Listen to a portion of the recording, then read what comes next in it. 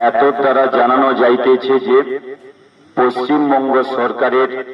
Highway আইন 1964 অনুসারে PW Rhodes ডাইরেক্টরের অধিগৃহীত যে কোনো জমির উপর অবৈধভাবে নির্মাণ করা সম্পূর্ণ নিষিদ্ধ। অতএব কচুবেড়িয়া থেকে গঙ্গাসাগর রাস্তা সংলগ্ন কচুবেড়িয়া থেকে গঙ্গাসাগর পর্যন্ত পিডব্লিউ রোডস ডাইরেক্টরের অধিগৃহীত সরকারি জমি হইতে সমস্ত রকম বেআইনি জবরদখল, অবৈধ নির্মাণ ও হোর্ডিং সত্তর সরিয়ে নিয়ে